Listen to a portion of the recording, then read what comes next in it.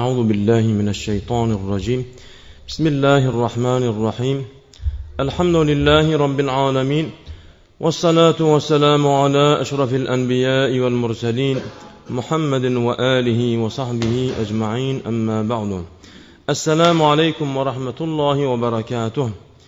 Hormatly musulman dogullar, Allah tebarek ve taala bari menen okuyan namazlarymyzy, ediyen tilavetlerimizi, şular ýanak mübarek aýlarda ediyen hayr we ihsanatlarymyzy özüniň pak dergahynda kabul eylesin. Allah tebarek ve taala Kur'an-ı Kerim'de fermaýyş edýär: Euzu billahi mineşşeytanirracim. وَسَارِعُوا إِلَى مَغْفِرَةٍ مِّن رَّبِّكُمْ وَجَنَّةٍ عَرْضُهَا السَّمَاوَاتُ وَالْأَرْضُ أُعِدَّتْ لِلْمُتَّقِينَ. Sadakallahul Mevlana'l azim.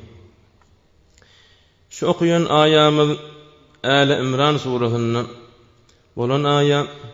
Hudaý tebarek we taala şu ayada biz musulmanlara şeýle arz edýär: Ey bendelerim, siz öz perwerdigaryňyzyň, Hudaýyňyzyň magfiratynyň ýaňa, ýazyklaryňyzy geçmeginden ýaňa, günählerinizi bagşlayan tarafından ýaňa çakkallaşyň, ýörtüşüň, ılgalaşyň diýär.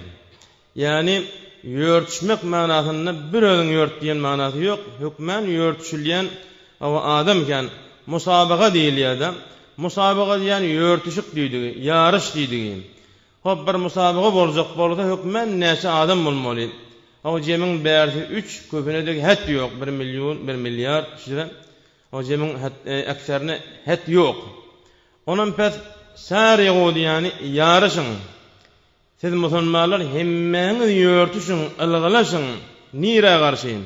Öz Hudaýyňyzyň günäňizi geçşek uğruna garşy ýörtüşüň diýdi. Başga nire ýörtüşmeli, ılgalaşmaly, ýaryşmaly. Ve cennetin. Bir de ey musulmanlar, mümin bolan bendelerim, öz Hudaýyňyzyň cennetinden ýaňa ılgalaşyň. Şoňa garşy ykjam bolun. Biri-biriňizden kalmajak bolup şoňa garşy talaş edin diýip buyurýar. Cennet diýerlerini elhamdülillah we minne hemmemiz bilýär, ulukanyň kişi dinan berden hemmemiz äge musulmanlardan çyryň bir köklenip goýulan bir nygmat. Musulmanlaryň, müminleriň ahiratda beriljek baýragy. Gaty nygmaty farawan, onuň nygmatlaryny bir tawsiflap boljakdan. Onu gören diňe Muhammed aleyhisselam başga gören ýok. Hoş, inha şeýle bir tawsifi aňyrda, nygmaty beter farawan, gulak eşitmedik, göz görmedik, hiç bir adamyň yüregine oýuna düşmedik nygmatlar bar diýär. Ey bendelerim, şoňa garşy ılgalaşyň hadi Hudaý Taala desur edýär. İzinden diýär: arduha ka ardis semai wal ard. Nahil cennet, ol cenneti ki şonuň iýini. Şoň iýini 7 gat asmanu, 7 gat ýeriň giňligi ýanakdyr diýär. Inni 7 gat asmanyň özüniň her gaýsynyň neçe muddatlygyny Hudaý bilýär. Ýöne hadislerde gelýär: 7 gat asman, her asmanyň tabagy awwalan dowamyň arasy 500 ýyl. Arasyndaky tafawut şol. Ol ýeriň öz galyňlygynda bardan. Şol 7 gat asmanyň her gaýsynyň arasy 500 ýyllyk ýol. Bes 7 däne 500'iň bolýa 3500 ýyl bolýar. Ol ýeriň öz galyňlygyny onu biz biljek dälim. Awa onam şol 3500 ýyllyk arasynyň tafawutlary, fasylalary bolýar. Şeýle özüniň uzaklygy 3500 ýyl muddatly bolan. Awa dünýä bir 7 gat ýer bilen 7 gat asmanyň awa giňligi şo muddatmyşlykdan. Emma cennetiň iýini şonuň ýanakdyr diýär. 7 gat asman bilen 7 gat ýer ýatyryp deňep gapdalyny şeýle ýasalap goýsak, şu mesafaty 3500 ýyl bolýan şekilli cennetiň iýini şodur diýär. Hop cennetiň iýini şo bolsa, adatda bir zadyň boyu iýinden uzun bolýar. Pes nämeden işara, nämeden kenaya? Cennetiň uzunlygy, uzaklygy bir 7 gat asmanu, 7 gat ýeriň inhalaki pähnedik goýulanna meniň derazatyndan gaty ulukdur diýdi. Ey bendelerim, özünün iýini 7 gat asman, 7 gat ýeriň uluklugy ýanyk bolan jennetden ýaňa çakgallaň. Şoňa garşy algalasyn, şoňa elçek amallara garşy barıň diýip Hudaý Taala buyurýan. Hoş, şeýle nigmeti farawan özüniň wus'aty aňyrbaş giýin bolan cennet kime köklenipdir? Uiddat lil muttaqin. Şeýle bir nigmeti farawan bolan giýin bolan cennet şol muttaqinlara köklenipdir. Muttaqin ýani kim? Muttaqin ýani perhizkar, Hudaýdan gorkyan, Hudaýyň aýdanyny edip, inhalaki dogry işte halkyň ýadygarmagyndan çekilmeýär. Adatda ýylyň arasynda dogry işleri ýadygarlaýar bir mahalla. Emma bir wagt bolýan nameşru zatlaryň halaki oňa bir berekeler berip berende tabylaýar. Hudaý ilemen. Onam muttaqin ýannatlary diňe Hudaýyň edenine mutyýar. Hudaýyň söýmediginden, Hudaýyň ýigrenenden bir de ýigrenýär, ondan gaçýar. Ogurluk etmeýär, zina etmeýär, nuzul ihjekkäden bolýar Hudaý haram etdi diýär adam.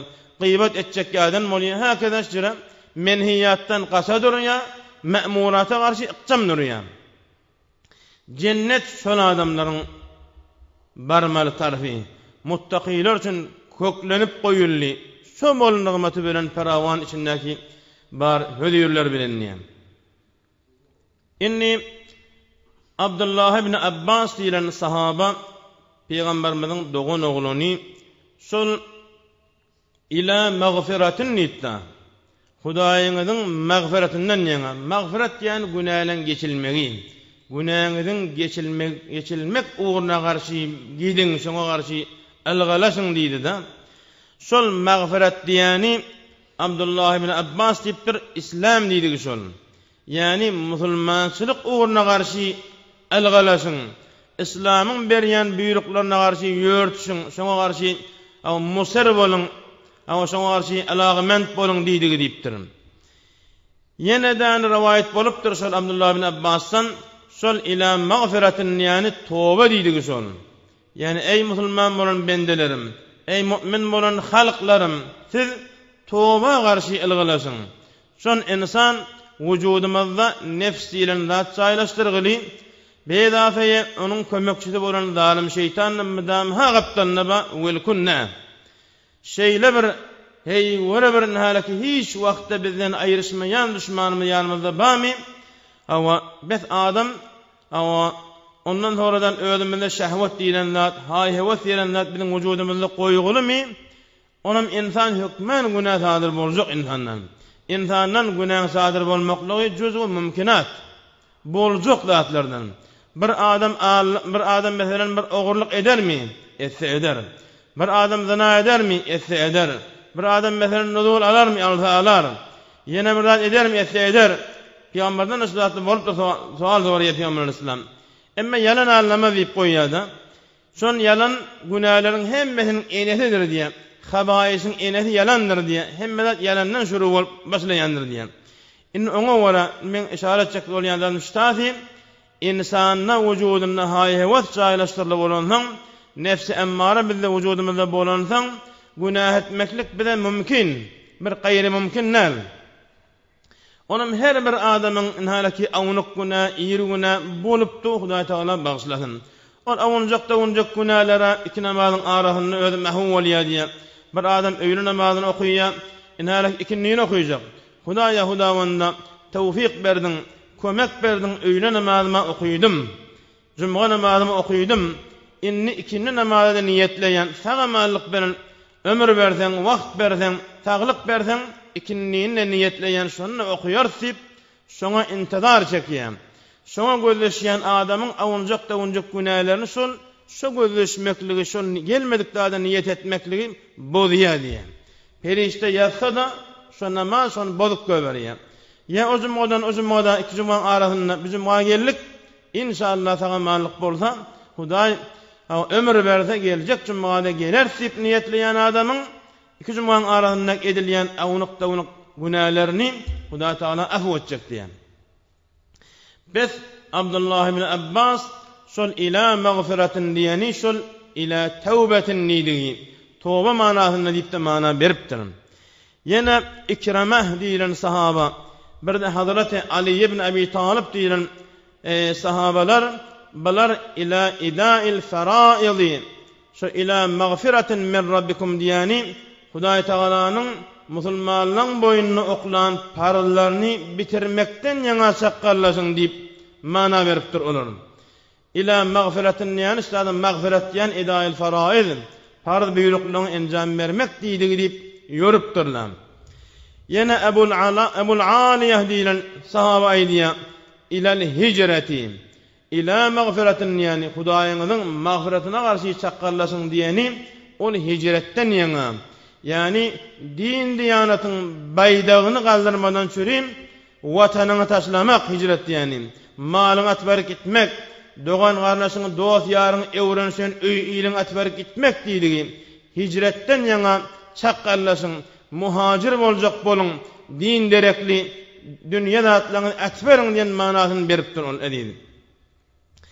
Yine Muqatil diýen sahaba şeýle ýörýär ila mağfiretin Hudaýyňyzyň mağfiretinden ýaňa çakkallaşyň diýeni ilal a'malis saliha Hudaý Taalanyň halayan amallary Hudaý Taalanyň süýýän işlerine garşy çakkallaşyň diýdigi diýip mana beripdir.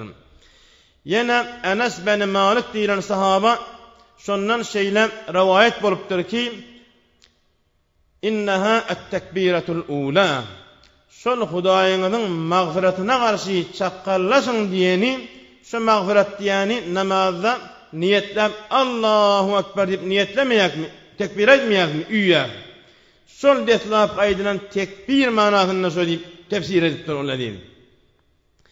İnha şu wagt biziň aramyzda şu nokta zaf ba. Meselen azan keş tekbirlemene durýar. Tekbirlemene adamny oty. Al ýerde oturýar, ewde oturýar işim ýok. Şol hayya alas salah diýenne niyetlemene durmalyýar. Hayya alas salah diýenne niyetlemene durmaly bolsa, imam bilen bilece Allahu ekber diýmekligi ýetişip bolýar. Emma imam Allahu ekber diýip niyetlep üýe ondan sonra safy dogurlan bolup, o adam beýle şeýle bolup, ondan sonra niyet edilýär. Onun tekbiratul uladan meselen ýyda galynýar. Şu tekbiratul ula şu mağfiret yani tekbiratul ula manasyny beripdir Enes ibn Malik. Biziň şu ýazgymyz var, şoňa hökmen diqqat edeýin. Imam bilen bileje tekbir etjek bolaýyn. Elbette oňa sunnada bahsler ba ulamalyň fuqahalyň arasynda meselen bagdylar diýipdir imam bilen bileje elin aldyryp Allahu ekberiň bileje deňje çykmaly diýipdir. Bagdylar diýipdir ýok, şol elhem okyp bolýança üýsüň tekbiratul ulaga müşareket etdiň bolýar. imam biri bile aýtdyň bolýar diýipdirler. Inni in qawsi biziň öz mezhebimizde erjah bolan qawl şu imam benim bileje üýmeklik ol beter faziletli. Inni şonu beter lazım bilýän çoň fazileti wara kelmişdik bir işare bermegini. Peygamberimiz Hazreti Muhammed aleyhisselam'dan rivayet bolýar ki, ol aziz şeýle fermaýş edýär. Et-tekbiratul ula. Namaza üýülmeden çürim deslapy aýdylýan tekbir yudrikuhal mu'min ma'al imam hayrun lahu min alf hajjatin ve umratin. Bir adam ihlas bilen gelýär, şol imam bilen bileje üýjek bolýan adamna da ihlas başarardy dany. Şu tekbirini imamdan bileje üýjek adam namazyň ewwelinden ahyra jany del bilen awa namazy üýüpden şeýçek bolýan adamlar şu ihlasyň adamny etýär şonu. Nüşini özümiz görýär cemaatlaryň arasyndan ihlasyňlary ýani şu gurrun aýdylmany bilen şu bileje üýjekden bolýar. Eşdipdir, hemme kişi eşdiýär. Emme hemme adam etmeýär, enjam bermeýär. Şonu ihlasyň adamlar imam bilen bileje üýjekden bolýar. Indi görüň Hudaý Teala insanyň hemmeden hayır sewaplaryny şaýat kabul etmäni faqat tekbiratul ulanyň bereketine şoňa müşareket etdi ihlas bilen şaýat şu jagat tekbir bilen jennete girecek. Biz maddi insanlar adatda mesela ulukon amallary mesela kan hazinesi bar işleri ulukon görýär. Mesela bir baý gelip bir ýaňa bir 100 milyon tümen hazinetse şu baýa gününe aýdyp min halaki şoň hasretin çekýär. Awa Elbette qaptiymeklik qawun diýany ýok. Men ne pulum bolup size berasam diýmeklik onu ýöre gowdar. Ýöne şol pulu bermeklik kän bul biziň aramyzda. Hudaýyň ýanyna känne. Hudaý Taalaň ýanyna bir tümen beren 100 milyon desseň, haýsy birine hulus bolsa şo güýçli. Bir tümen beren adamyň ihlasy aňyrda bolup, güýji de şoňa çatýar, şonu beripdirdi. Şonu pagat Hudaýyň rydaýatyny derine alyp beren bolsa, şol Hudaý şonu kabul edýär. İnnallâhe la yaqbalu illa ma khalusa lah. Hudaý Taala pagat özüň derneler tuturup, pagat men nip berilen işi men kabul ederim diýär. Hawl bädin öz ýanyndan kän sanap beren puluny, emma göz üçin beren bolsak, millete görüň getirjek bolup beren bolsak, halykdan utanyp beren bolsak, bitade Hudaý ýadymyza düşmendir. Biz ol biziň ýanymyzda. Hudaý Taalaň ýany şu bir tümen şede ýok, garybyň bilen bir tümeni şede ýok şol. Näme diýip garyba bir tümeni berdi, ihlas beren berdi. Bir tümeni beren baý beren bolsun, şol ihlas beren berdi. Hiç diline de dolamaya, ýadyna da ýok. Emma Hudaý ile menen kän nip beren adam bir wagtdan bir wagt diline dolaya, gurrun beraya, minnet edaya. Şonda şoň tawamyň hemmesi eýne bir ýele sagurlar ýany bolup tozyp gitýär. Tozyp gitdimi, şu eden malyna israf bolýar. Näme diýip malyny Hudaýdan gaýry kişileň gözünden çürüýün berdi. Hudaýdan gaýry adamlar razy etjek bolup berdi diýär. Biz enhalaki Hudaý Taala diýjek kıyamatda sen palan wagtda beren 100 milyonyny menden çürüýün bermedin ki. Sena tamam halklary gurrun getirjek boldun. Merdimiň gewünden geçebilmäni berdin. Sen men ýadymda da dädin sen. Hawa git şoň sogamyny kim üçin beren bolsaň git şondan alyp git diýip kawka berjek Hudaý Taala. Oňa göre hormatly dogallarym, bir wagt bir baýlyň etýän, o berýän beremni berebilmeýärligine gynanyp görmäýli. Görüň, birje defe imam bilen Allahu ekber diýip deňje aýtmak 1000 defe edilen hajdan sogaby kendir diýär. 1000 defe edilen umradan sogaby kendir diýär. Bir bolur ýaly zat dälmi. Oňa göre özümizden ihlas döredýän. Edýän işimizi dogruca pagat Hudaý üçin, asla göz üçin etjek däl bolaylyň. Şeýle halis etdige bagtymyz geldi. Biz azajyk nälik zat bilen hiç tamamyz da ýok. Halkyda gözlemizde, halk bilen işimiz de ýok. Gurrun etdirer ýany zat da erdişde beremiz berip durdy ýany Hudaý üçin. Şoňa beriljek sowap bolar ýa Allah däldir şeýle. Allah tebarek we taala şol Toba surasynyň fermaýyş edýär. Euzu billahi mineşşeytanirracim. İnne iddete'ş-şuhuri 'indallahi 12 şehran fi kitabillah. Yevme halaqas-semawati vel-ard. Minha arba'atun hurum. Zalike'd-dinul qayyim. Sadakallahu'l azim. Inni fadailin bahsine girdikde, mesela bir tekbir tahrimani imam benim bilece aýtmak, halis muhlis bolup da aýdasak, 1000 edilen hajdan 1000 sowaby kendir diýipdi Muhammed aleyhisselam. 1000 edilen umradan 1000 fazileti kendir diýipdi. Ol hadisiň dombalasy bar, men ýedin goýdum, hormatly jemaatlar. Onam şu wagt bilen ýaşap beren döwrü zamanymyz haram aýlaň içinde gelip ýardy. Hudaý tebarek we taala bir ýylyny 12 ay edip aýlandyrýar. Ýani okuyan aýamyň manasy şeýle: İnne iddete'ş-şuhuri 'indallah. Hudaý Taalaň ýanyna aýlaryň tegdady, aýlaryň sany, Hudaý Taalanyň ezeli bolan kitabyny aýlaryň sany 12 şehran diýär.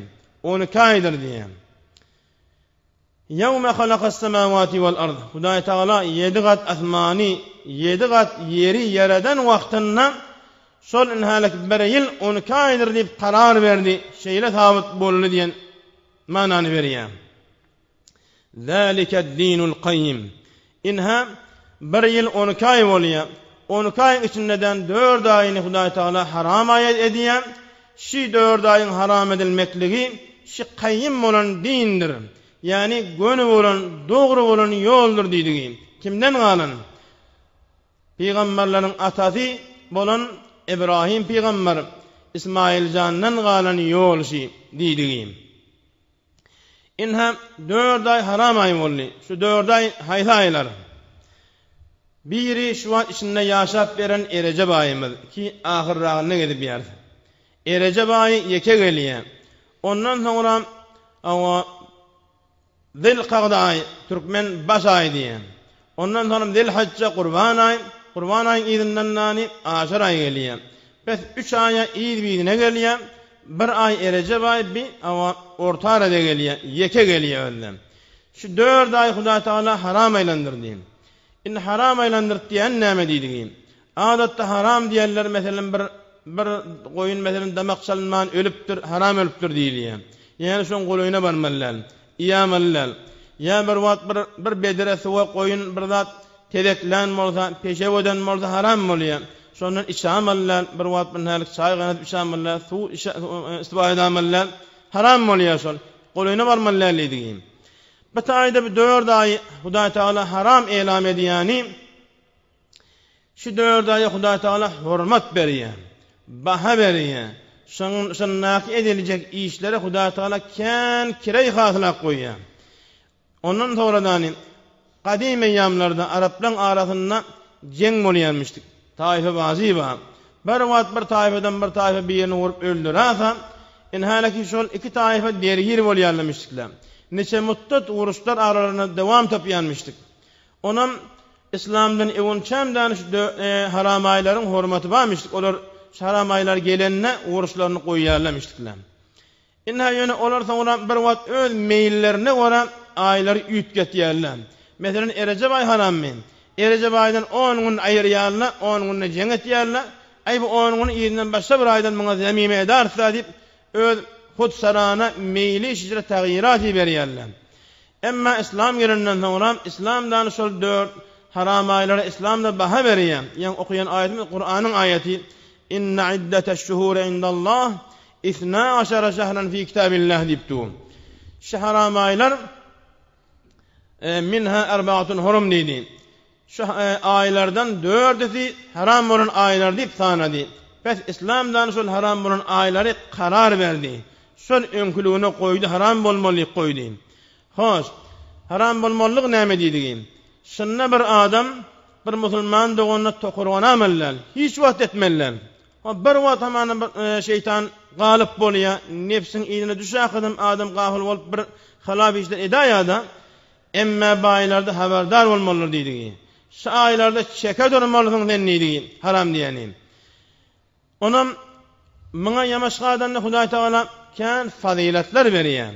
Meselen Recep ayına berýän fazileti, Recep ayında edilýän işe 70 beraber sogabyny köpeltýän.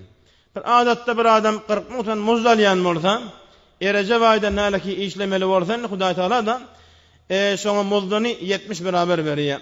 70 dertlerin näki 40 näse 2 milyon 700 mutan bolýar. Yani Huda Teala berýän sogabyny 70 beraber üstürýär, köpeltýär. Näme dip şaya baha berdi. Şaya bir hormatly ayetdi. Pes hormatly edilen ay belki adi aylardan tafawuty bolmaly muzdunna sogabyna kireyinne. Yana Huda Teala Kur'an-ı Kerimde fermaýjy: "Men jaa bil hasanati felehu 10 amsalha." Gaýsy bir adam bir hasanat işi bilen gelse, bir qawy Hudaýa söýür işlerini enjam berse, şol adam üçin eden işiniň 10 beraber şoňa padaş berilýändir diýär. Yani Hudaý Tebarek we Taala edilýän hasanatlar 10 beraber, 70 beraber, 100 beraber, 700 beraber, 1000 beraber, milyon beraber berýän. Näme dip berýän diýjek, oňa asla hiç bir ahadi ýok. Pes inni bilmeli adamyň üstadi derk etmeli adamyň şu üstüne oturan aýymyň haram aýlaryň biri heýwara fazileti kan, gaty sogaby kan, heýwara ibadetiň üsýän zamany. Inne kelime-i Recep 3 harften muteşekkil bolýar. Ra, jim, be. Inni bir remz alamatlarından agahiyetken bolup şu rumuzaty düşünýän çuňur ulamalarymyz şeýle fermaň edipdirler. Şu Recep kelimesiniň rafi Hudaý Teala'nın rahmetinden nişandır diýip aýdypdyrlar. Yani Recep'te rahmet ba. Kelime-i Recep'in cimi bendelerin bir yana hati bendelerin halqlaryň jürminden, jinayetinden alamatdyr. Şondan nişan bolýa, şondan remiz bolýa diýip aýdypdyrlar. Recep kelimesinin bäsi Hudaý tebarek we taalaň birinden, Hudaý taalaň bendesine edýän ýagşylygyndan alamat bolýar, şondan nişan bolýar diýip aýdypdyrlar. Biz inha bendelerin günahlarymyz, biz mujrimda jim biziň jürmümizden ibaret bolýar.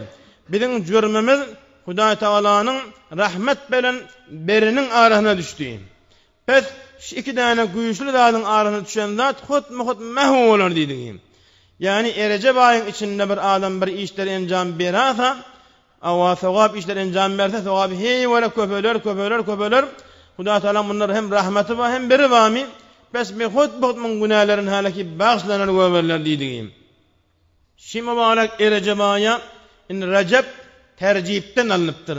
Şondan muştak bolýar. Tercip manasy ta'zim diýdik. Azamat bermek diýdik. Azamat kim beripdir? Hak Taala beripdir. Şu ismindäki aýa Hudaý Taala azamat berýär. Hudaý azamat berenseň halklaryň arasyna erdişli bolýar. Halaýyklar da şoňa erdiş bermeli bolýarlar. Min jümle bir tur adamlarymyz şu wagt agdy araladyrlar. Bir ýaşullarymyz, sofrag adamlarymyz, takwa adamlarymyz arasy soňkor bolýar şu aýda. Sogaby kennip. Şon Hudaý ulultdy. Hudaýyň ululdyny bila kadam şondan menne fahim alaýyn, bi faýga almaýyn diýip ara tutulýar. Şu mübarek Recep aýy asab diýip aýdylypdyr. Asab diýen Hudaý taalaň rahmetiniň dökülmeklik manasynda. Sebebi li'anna rahmete tusabbu fihi ala taibin. Şon diýipdir Hudaý taalaga tövbe diýenler özüniň uğrun tapypdany, günahlarını yadyna salypdany, ökünç özüne döredipden Hudaýy ewirlellere taib diýip aýdýar. Şu tövbe diýen adamlar inhalaki tövbe etdimi Hudaý derje bagşlaýar günahlarını.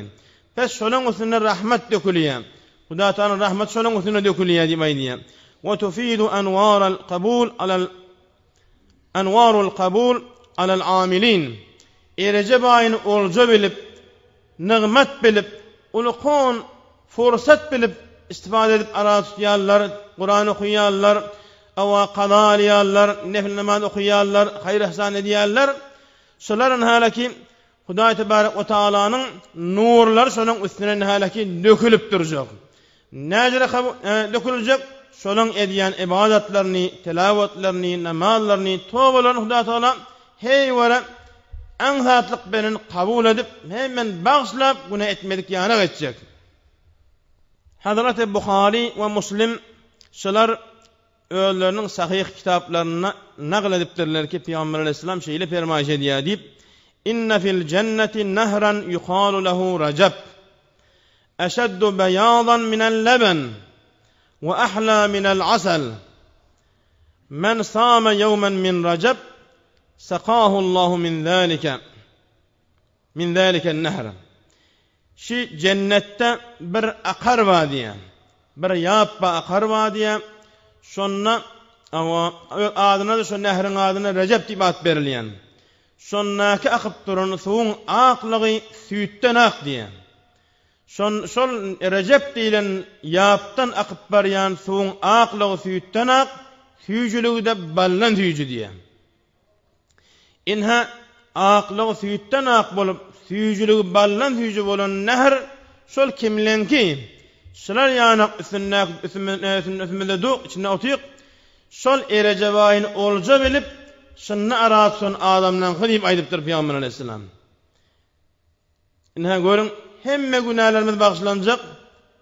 Tövbe etmekligimiz bilen, şu fursatlary ganimet bilmegimiz bilen bezafeye cennette Recep diýilen bir nähr bar. Şu aýda aratsyn adamlar üçin has bolan nähr şol. Razakanallahu taala. Peygamber aleyhisselam fermaýş edýär: "Racebu şehrullah." Recep aýy Hudaý tebarek we taalaň aýydyr. Recep aýyny Hudaý tebarek we taalaň fazly hey we kan boljak.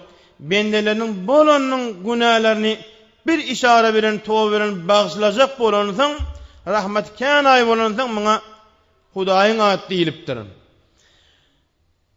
Ve şa'banu şehri. Şaban ayı Mered ayı Recep ayının izinden geliyor. Ol menin ayım deyiptir Muhammed Aleyhisselam. Sebebi Muhammed Aleyhisselam şol arad ayına bitev tutya, ol hem ummatta tutya, Muhammed Aleyhisselam da tutya. Arada pardı buyruk. Onun aradadan sonra Peygamber Aleyhisselam bir ay tutmağına kamil tuttu diyeler de ba, yöne tutmağını kolay, aman 25 gün, 26 gün, 27 gün, 24 gün, şişir eyrağın tutyanmıştık diyeler de ba. Arad ayından başka özüne kan arad tutyan ayı, Şaban ayı deyip mufassirler ayı diyorlar. Raviler nakle diyorlar. Bes Peygamber Aleyhisselam Mered ayını ibadet kan edensin. Şimdi arada kan tutyan bolansan Şaban Muhammed Aleyhisselam'ın ayı deyip nispet verip ayı diyorlarmışlar. Yanmasam öyle ayıptır. Şaban-ı şehri, Şaban menin ayımdır. Yani biz nispet verip Şaban Peygamber'in ayı, Recep Huday Teala'nın ayı deyip ayı diyorsa. Ve Ramazanu şehru ümmeti. Ramazan-ı mübarek de menin ümmetimin ayıdır. Yani men ümmetimin boynunu oklanan vazifedir ki şunu hükmen tutmalıdırlar.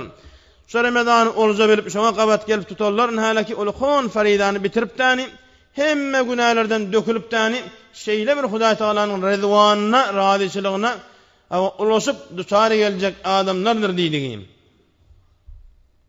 Yine Hazreti Ebi Hureyre radıyallahu ta'ala anh Peygamber edip sahabesi Peygamber Aleyhisselam'dan rivayet ediyor ki Peygamber Aleyhisselam şey dedi diye. Men sâmes sâbig vel 20 min Recep kutibe lehu siyamu 60 şehran. Kaydı bir adam Recep ayının 27. gecesinde telaylık durup 27. günni ağzı bekli olsa araya tutsa son adama 60 ay ara tuttu deyip yazılar son namı ahmalını deyiptir. Görün, Recep ayın 27. gecesinden Peygamber Aleyhisselam Mekke'den Mescid-i Aksa'ya seyrettiriliyor geceden. Onun nani Mescid-i Aksa'dan nani cenneti, cehennemi hem yer görük arş alağa akidiliyor. Cennetteki nimetler görük ediliyor. Cehennemdeki muazzep bolup duran adamlar görük ediliyor. Bir falancı eden adamlar ya cenneti adamların bolup duran yağdayların hemen tabakatı ben görük ediliyor. İnha şol gece bir qati ayın içinde sevaplı gece. Kim şol gece 27. gün ağzı bekli olsa ara tutasa baha verip şol adama deyiptirin her 60 ayın sevabı verilecek. 60 ayın 5 yılla boluyor. Huwa evvelu yevmin nezele fihi Cibril. Şol Recep ayının 27. gecesi şol Cebrail feriştenin deslap Muhammed Aleyhisselam'a gelen vaktidir diyen. Evvelin bar mulagati Recep ayının 27. gecesinde oldu diyen. Şol gecesinde dani yan kaysımız yanak Mescid-i Aksa'ya ondan halaki ol cennet cehenneme karşı arşa karşı seyrettirildi, ekidildi, gezdirildi diyen. Onun Peygamber Aleyhisselam fermayış ediyor. Ela inne Receben şehrullahil asam. Ey ümmet agah olun bilin Recep ayı Huday Tebarek ve Teala'nın asam olun ayıdır. Asam diyen keri deydiği. Femen sâme min Recep yevmen imanan ve ihtisaben istevcebe rizvanallahil ekber. Kaydı bir adam Recep ayına şu bir faziletli ay deyip kadrini bilip ara tutsa. Ara tutsam dani Huday Teala da makan muzber yandır diyen anam da ödünne bolsa son adam Huday Teala'nın ulu radişlerin ödüne karşı çekti diye. Huday Teala'nın rızayetini ödüne celbetti. Hudayını beğendirip hoşal eden adam bolu sollayıp ay diye. İnha asam değil yani Recep ay ama bendelerin bir yana halayıkların yadıkları yazılmaya. Mınna sevap yazılıyor diye. Pes onu sonra Huday Teala diyecek. Ey Recep ayı bendelerin senin neymişler amel ediyor deyip soranına bendelerin hasanatından gurun veriyor diye Recep ayı. Onun ey Recep men bendelerimin senin içinde hata ettiler. Mınna aydana.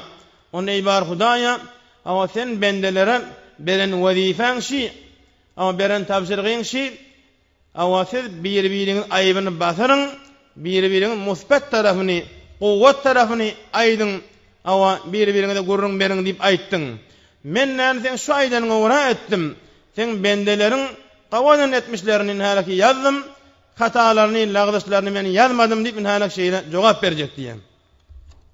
Onam şoňa gora Recep'in bir ady lakaby Recep Asam, yani özünde bolýan günäni işitmeýän ay diýdiň. Şeýle bir fazilati derejesi ulukhan bolan ay hormatly musulman doganlar. Ýene rivayet bolupdyr ki Recep aýynyň şol deslapky jumgasy bolan wagtynda şonna periştelerin hemmesi bolan perişte. Yer ýüzünde gelip beren perişteler, cennetdäki perişteler, cehennemin ma'mur bolan perişteler, hemmejik perişteler Recep aýyna ara tutýan adamlaryň günahyny dilep dua çekli diýen. Recep aýdaky perişten duasy ýok, men makbul merdutde. Perişte hiç bir günah olarda ýokmy? Diňe Hudaý Taalanyň fermanyna muti bolup beren mahluklar ola. Hiç hata olarda ýok, olaň duasy ýok, men kabul. Bolan perişte üýüşip Hudaýa Hudawanda Recep aýyna ara tutýan adamlaryň günahyny afwat, mağfiret et, bağışla denip dilep durjoklar diýen. Ulukhan baxt, hormatly musulman doganlar. Yine Enes radıyallahu ta'ala anh rivayet ediyor. Peygamber aleyhisselam fermayiş etti diyor. Men sâme 3 eyyamin min şehri haramin kutibe lehu sevabu ibadeti 900 senetin. Kaydı bir musulman niptir. Bir yüreğine ihlas taptırak adam haram aylarda Recep, baş ay, Kurban ay, Muharrem ay. Haydi birine fark etmeyen. Haram aylarda tevfik tapak adam ihlas veren fakat rızayet Hudaý üçin 3 gün ara tutasa şoňa diýipdir 900 ýylyň sogaby şoňa beriler diýipdir. Peygamber Aleyhisselam fermaýş edýär. Şonna 900 ýylyň sogap gaty kän bolýar hormatly musulman doganlar. Hey welakan. Tebabi Muhammed Aleyhisselam ummatyna ömür az berilen ummat. Öňkü ummatlar 900 ýyl 800 ýyl, 1000 ýyl ýaşaýanmyşdylar. Olaň amalyna hiç tafdil ýok, fazilet ýok. Olar näme amal etseler, bir sogabyny bir sogap edilýänmişdik. Tebabi näme? Olaň ömrü uzak. Kän ýaşda, kän sogap kazanyp bilýärler. Emma Muhammed peýgamberiň ummatyna berilen ýaş 60 bilen 70-iň aralygy. Şol Peygamber bir hadisinde aýdýar: "Ekseru a'mari ummeti ma beyne 60 ila 70 diýen. Men ummatynyň köpsiniň ýaşajak ýaşy 60 bilen 70-iň aralygy. Bagdylar 60-a ýetmän bolýar, bagdylar geçip bolýar. Ekser der hukmy kul. Ekseriniň ýaşajak ýaşy 60 bilen 70-iň aralygynda. Bir ýaşyda ol 900 ýyl, 1000 ýyl ýaşanan ýaşyň beraberine. Onam Muhammed Aleyhisselam ummatyna az ömür berilmi? Hudaý näme etdi? Muhammed Aleyhisselam hatyrına sen ömrüň ýaşajak ömre az diýdi. Emme men şolara berjek sogabym ol 1000 ýyl ýaşalyň sogabyndan kändir diýdi. Görüň, inha birji 3 gün ara tutup 900 ýylyň sogabyny almaly, heýli zatdyr ha. Yani siz azajyk ömürde 900 ýyl ýaşan adamlar bilen hali kimde eldiňiz diýdi. 900 ýyl ýaşap olaň ibadet etmedigi de kanam. İman getirmedigi de hewlekan. İman getirip 900 ýylyň hemmesini ibadet edeniň sogabyny Hudaý Taala berýär. Şahadet şeýle bir mazmuny gaty güýçli, beter faziletken manaly hadis şi. Şonu Enes radıyallahu anh'ın näme diýär? Şahadetin dumalasından Enes radıyallahu anh öyle diýär. Summat udunay illam akun sami'tuhu min Rasulillah sallallahu aleyhi ve sellem. Men iki kulağım gafaldyn diýär. Men iki kulağım gafaldyn keledileyin eger şu hadisi Muhammed peýgamberiň ağzyndan eşitmedik bolsam diýär. Yani şu hadisin beter muhtawasy gaty ulukhan manany beripdi. 900 ýylyň sogaby berilmeli heýli zat beýim. Inha näme diýär? Men şu hadisi peýgamberden eşitdim diýip ey ummat size aýdyp otyn diýär. Men iki kulağım derja keredileyin diýär. Eger şunu Muhammed peýgamberiň iki doğduğunun arasından çykanyny eşitmedik bolsam diýär. Onam hey wala dost oğul görüňdir. Oňa wala bir şeýle faziletli ummatdyr. Muhammed peýgamberiň ummatyna fadail verilen ümmet. Yani eden etmişlerin işe beraberler ötüye. Ben bir nemunat yankışı hadis. 3 gün arada 900 yılın sevabı verilmeli. İzinden Enes yanak sahaba raviyette sol takitlabdan summet udunaya dipten takitlab ediyor. Bes ne kadar kavummet bolýar, ne kadar Huda Taala'nın nazari eltaf üstümüze bolupdyr ki şicerin muzutlar bilen halaki berýär. Bilen halaki şu fırsatlan kadını bilmesek biz hey wara katın nadan bolýar. Katı bir nigmaty arabasladığımız bolýar hormatly musulman dogallar. Hikayet edilýär bizim şu wagda irşad kitaplarının kalabalyny gelipdir. Öten zamanlarda İmam Muhammed Gazali'nin Naci kitabında şu rivayet var. Beyt-i Muqaddas diýilen bir mübarek şäher var Filistin'de. Şu Beyt-i Muqaddas'ta bir yethir varmıştı. Bir abid yethini. Bir işler yani Erecebay gelen mahalına bir yüngden egilmesi varmıştı onun. Erecebay gelenine ol bahale egilmesinden ya şu yüngden egilmesini giyinmiştik. Madem adet şu. Ondan sonradani şon ediyen bir adeti şu güne 12 mertebe kul huvallahu okuyanmıştık. İnniş 12'ni men näçe kitap gözledim. Onun Gazali'nin bir kitabını 12.000 kul huvallahu diýip aýdypdyr. Emma 4-5 kitap onu 12 tane kul huvallahu diýipdir. Indi bilen arasynda näme remiz bar, rumuz bar onu bilemek. Indi 12 tane diýsek bir musulmanlara bir sehel uňurlajak bir ýagdaý şeýim. Biz şol aňsalyny tutup meni aýdaýlym. Aktar kitapda şu 12'lik gelipdir. Kim diýip şol ýanyň adat şimişdik. Erecep aýyna bir ay yüngden egilmesiňe ýamışdyk. Ol bahali ol atlas egilmeslerini zyňýady diýdi. Onam şol Erecep aýy çykýan çağdan her güne 12 mertebe kul huvallahu ýamış adati bar. Onam bir yekejede ogly bar. Şiýaşap beren wagtynda bir wagt ýüregine düşäk adam wasiyet tapşyrýan. Wasiyet edýän. Ey oğullýan. Hemme adama ölmeli, ölmeni galjak ýok diýen. Men de bir gün ölernim. Sonra men öläsem meni awaşy ýanymda şol yüngden egilmesim madyr diýip Erecep aýyna giýen egilmesim. Şonu men ýanymda gömgün hadip tapşyrýan. Bolýa ene ýok men aýdanyň edernim. Onam ay geçýär, ýyl geçýär bidenana marillap ölýär. Ölenne ogly awa bahal kefen alyp gelýär, kefelleýär. Awa janala çykyp meni hormatlap, izzatlap meni awa musulmanlyň magbyratyna defin bolýar. Indi şol yüngden egilmesini ýanyna goýmaly, meni ogly kuýundan çykarýar, peramuş edýär. Onam bir neçe wagtdan soňra ogly ýatyka diýşirgeýe batyrganyňa, awa enesini görýär. Onam enesini görende awa şeýle onun enesi bana yüz vermeye, yüzün savuya. Ey ene näme menden yüzün savuyan asenniýem. Onunla men senden narda oğulluyam. Men sana yekece bir tabşyrgy berdim, wasiyet ettim. Şu yekeceden wasiyetimde tutmadın senniyem. Onunla men Erecep aýyna giýen bir egilmesim madi, yüngden egilmez. Şonu ölemde kabrıma göm diýmedim mi? Näme etmeýän men ýemişimi yekece aňsatjak ýemişimi diýem. Ay sondan mı yankı yatan adam hey wara başagaylap gorkup hofup turýar beýim. Onam turýar derrewne şol egilmesi ana kadam o gidiýär kabra. Kabr qadyýa kabryň düýbüne barýar. Enesini tapanak. Eger şoň jesedinden bir äseri ýok diýär. Şondan halaki şeýir aňylyp oturanna asmandan bir ses gelýär. Asmandan ses gelýär. Awa أما علمت من أطاعنا في رجب لا نتركه فردا وحيدا.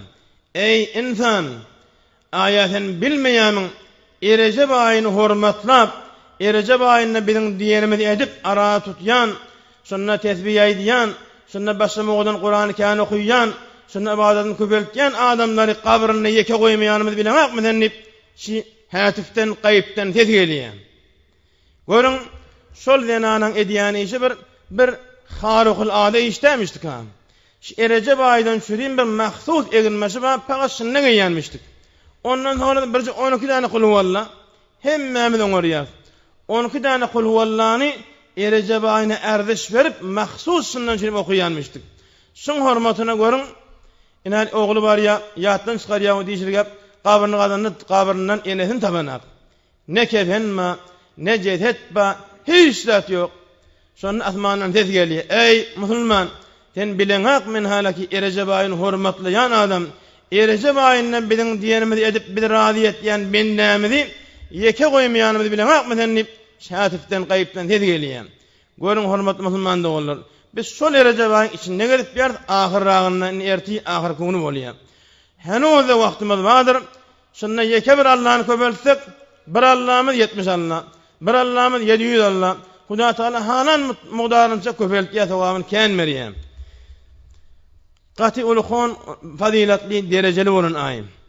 Yana bir kitaplarda bu unwany latifa bir geň ýagda edip getiripdirler ki haram aýlar 4 ay bolýar. Erejeb ay, awa baş ay, Qurban ay, Muharram ay. Haram aýlaryň 4 ay bolşy ýaly Hudaý Taalanyň periştelerden intikab eden peýgamberler de 4 bolýar diýär. Meselen Cebrail, Ezrail, Mikail, İsrafil. 4 tane ulul azm bolan awa perişteler var. Şoňda sany 4 diýär. Ya meselen asmandan inen kitaplar var. 100 tane 4 tane kitap, 100 tane sahife var da. Derkul 104 tane kitap indi diýilýär. Şu kitaplaryň 4'üsi awa kamil kitap şol. Kitapların içinde inkiler afdali, kamiliş 4 tane kitap. Awa Kur'an, Tevrat, Encil, Zebur. Şi afdal olan kitaplardani şol haram aýlaryň 4 bolşy ýaly soňda sany 4 diýär. Ýene bir musulmanlar täret kılmaly bolan suratlaryndan awa şol wududa ýuwulmaklygy farz bolan wudulardani 4 tane bolýar. Wudun agdasdan 4 tane bolşy, 4 tane bolýar, eýni haram aýlaryň 4 bolşy anyk diýip aýdýar. Ýene tesbihler we wurtlar sany ýakby. Şol tesbihlerinden inki sowap kän berilýärräginden bir de 4 kelime bolýar diýipdir. Subhanallah, elhamdülillah, la ilahe illallah, Allahu ekber. Şu 4 tane kelime tesbihlerin inki sowap kän berilýärräginden. Biz bir de haram aýlaryň 4 bolşy anyk bir de 4 bolýar. Ýene de hesap diýilen bir ilm var. Şoňdan sütuni 4 bolýar. Meselen yekkan, dehkan, satkan, hezargan diýilýär. Bir de 4 tane bolýar. Ýene meselen awqatlar we zamanlar, wagtlardan 4 tane bolýar diýipdir. Meselen saat, gün, ay, ýyl. Awqat 4 tane bolýar diýär. Şol eýin haram aýlaryň sanynyň miqdarynça. Ýene bedenin sultani, bedende bolan halaki bir ýagdaý, meselen hararat diýe, burudat diýe, yubusat diýe, rutubat diýe. Hararat diýen gyzgylly bolmak, burudat diýen sowuk bolmak, üşek bolmak meselen. Yubusat diýen ki adamyň hamy gury bolýar, ki adamyň halaki mertup bolýar. Bir de 4 boldy diýen. Ya meselen ol ýene de zatly bolýar, safra diýe, sauda diye, dem diye, belgam diye. Emzaşlı da. Oladan 4 tane bolýar. Bir tawar adamın halaki demewi bolýar, bir tawar belgami bolýar, bir tawar safrawi bolýar, bir tawar halaki awa belgam bolýar. In olan öwel başyna bir ilm bilen görünken. Ýa-meşgadan şol haram aýlaryň 4 bolşy ýaly Hulafai Raşidin Muhammed peýgamberiň özi ýanyk bolup dini ýörden sahabalardani şol Hulafai Raşidin diýen. Şoňda sany 4 tane Hazrat Abu Bakr Siddiq, Umar Faruq, Osman Nurayn, Ali Murtada bir de 4 tane boldy diýen. Indi şu bu unwany bir latife diýip indi kitapdan İmam Muhammed Gazzali getiripdir şunu. Ýene enemiz Hazrat Aişa radıyallahu taala anha fermaş edýär. Sami'tu Rasulullah sallallahu taala aleyhi ve sellem yaqul: Men Peygamber aleyhisselamdan eşitdim diye enemiz Hazrat Aişa. Yasuhullahul hayra fi 4 layalin sahha. Hudaý tebarek we taala 4 gecede rahmetini quýmaklygyny goýur diýär. Eýni bir dur ýagan düşen aýagyna ýagmak ýagdy diýilýändir.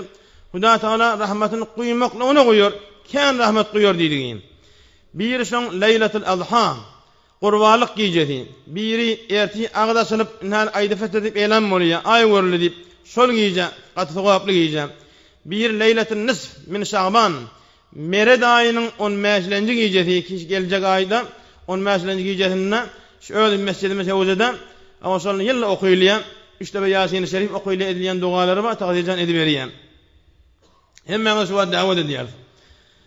Onun o bir yerden Recep ayının deslapıcı gecesi. Şunu mesela ay varlıya Cemaat-i Saniye'nin Recep geliyor da Cemaat-i Saniye tokoni Recep'in ayı varlı. Şu gecesi onun. Evimizdeki gecesi mesela Recep bolsa şoň deslapı gecesinde Huda Taala rahmet katkenini edipdir.